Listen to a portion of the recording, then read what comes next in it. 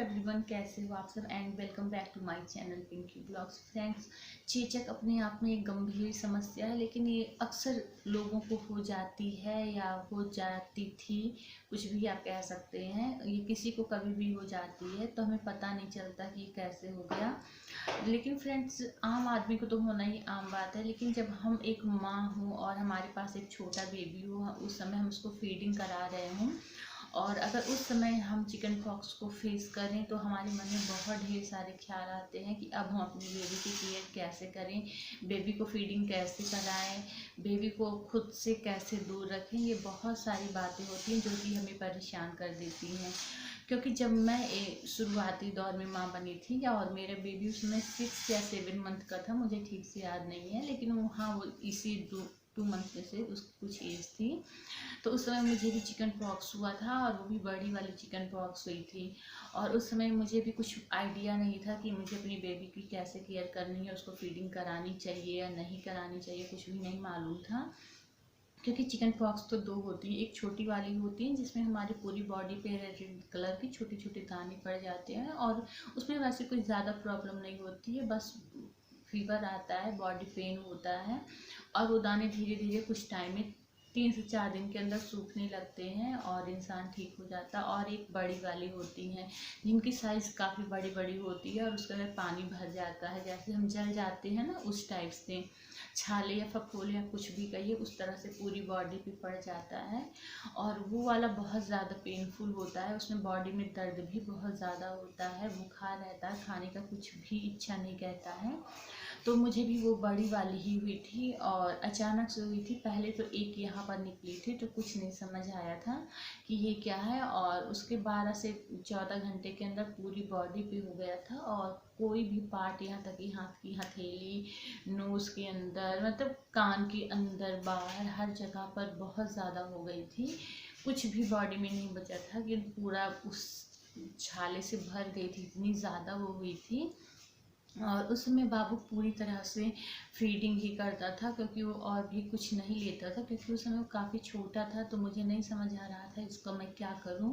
तो सबके कहने पर, क्योंकि हम लोगों के यहाँ क्या होता है ना कि चिकन पॉक्स को माता जी कहा जाता है, तो ये हुआ कि माता जी हैं, आप बच्चे को फीडिंग कराइए, अगर बच्चा भूखा रहेगा तो माता जी नाराज़ हो जाएंगी और बच्चे को पेट भरने के लिए बस माँ का दूध ही एक लास्ट ऑप्शन है और वो भी कुछ भी खा पी नहीं सकता है, तो माँ का दूध उसके लिए ज़रूरी है। तो ऐसा लोगों ने कहा और उसमें क्योंकि मेरे पास कुछ भी समझ नहीं थी कि मैं क्या करूँ, तो सबके कहने पर मैंने अपनी बेबी को अपना फीडिंग करा दिया। और फिर धीरे धीरे 4 से 5 दिन के अंदर उसके भी पूरी बॉडी पे चिकन पॉक्स हो गया, माता जी हो गई वो छोटी वाली। अब छोटा सा बच्चा इतनी ज़्यादा प्रॉब्लम को फेस किया तो उससे मुझे भी बहुत ज़्यादा तकलीफ हुई। मैंने होम्योपैथिक के डॉक्टर को भी दिखाया, उन्होंने मेडिसिन दिया, लेकिन कोई भी असर नहीं हुआ और उसको हो गया। और बच्चे के साथ साथ मेरी उस समय केयर मेरे हस्बैंड करते थे, तो कुछ भी छोटी बड़ी चीज़ें हुई क्योंकि मुझे बहुत ज़्यादा निकल आया था पूरी बॉडी पे, तो वो ही करते थे और मेरी वजह से उनको भी निकल गया।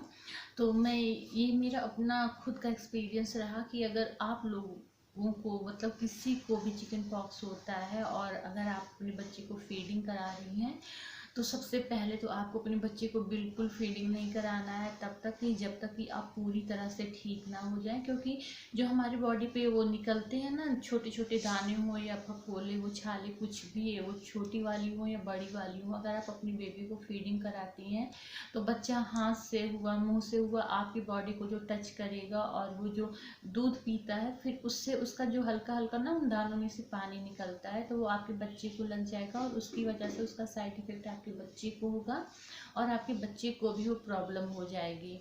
तो सबसे पहले आपके को खुद से अपने बच्चे को दूर रखना है। और आप एक माँ है, आप फीडिंग करा रही हैं, तो मार्केट में इसमें लैक्टोजेन है और भी अदर कंपनी हैं जो कि फार्मूला मिल्क देती हैं, तो उसका बच्चे के ऊपर कोई भी नुकसान नहीं है। आप बेझिझक अपने बच्चे को 5 दिन 7 दिन जब तक आप ठीक नहीं होती हैं तो वो मिल्क पिला सकती हैं। तो आप वो मिल्क पिलाइए और खुद से अपने बच्चे को दूर रखिए, और कोई भी फैमिली का मेम्बर है तो खुद से आप उसको दूरी ही बना करके रखिए, क्योंकि वो अगर आपके टच में आएंगे तो आपको या बच्चे को, कोई भी आता है तो एक दूसरे से फैल जाता है। इसलिए आप अलग कमरे में रहिए। और आपका बच्चा आपके साथ रहने का अगर जिद भी करता है तो फैमिली का कोई भी दूसरा है वो उसको संभाले। आप प्लीज़ अपने बच्चे को अपने पास ना आने दीजिए। और फीडिंग तो भूल कर भी कतई एकदम उसे नहीं कराना है जब तक कि आप एकदम से ठीक नहीं हो जाती हैं।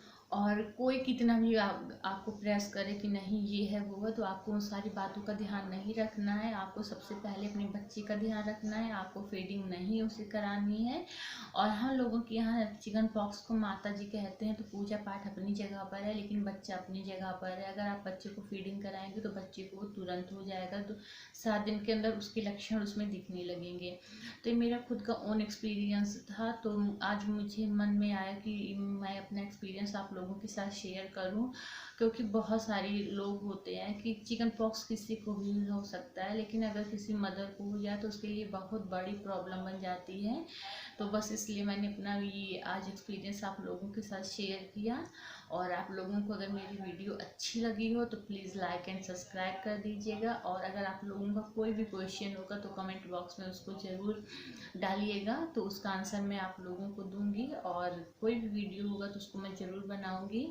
तो बस यही आप लोगों से कहना था कि चिकन पॉक्स अगर आप लोगों को हुआ है तो प्लीज़ अपने बच्चे को खुद से दूर रखिएगा, उसे फीडिंग बिल्कुल नहीं कराना है। तो फिर मिलेंगे नेक्स्ट वीडियो में कुछ नई बातों के साथ।